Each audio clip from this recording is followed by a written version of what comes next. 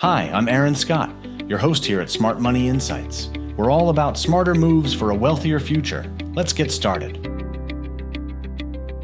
Think saving $500 sounds impossible? It's not. You just need a simple plan and a little determination. First, reset your mindset. Experts like Synchrony Bank suggest treating the next 30 days as a financial reset. Focus only on spending with intention, not impulse. Second, break the goal down. Instead of thinking about $500 all at once, aim for $17 a day or $125 a week. According to Bankrate, setting small daily targets makes big savings feel much more achievable. Third, trim the extras. Pause unused subscriptions, cook meals at home, stretch out beauty appointments, and review bills like your phone or insurance. Small cuts can free up hundreds fast.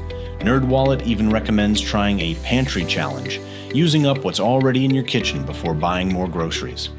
Fourth, track your progress. Whether it's a budgeting app or a notebook, tracking every dollar you save builds momentum and accountability. Finally, protect what you save. Open a separate high-yield savings account for your emergency fund. Experts at the Consumer Financial Protection Bureau recommend keeping emergency savings separate so you're less tempted to spend it.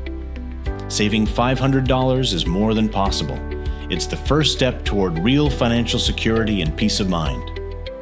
Start today, and future you will be grateful. For more smart money insights to build your financial confidence, be sure to subscribe.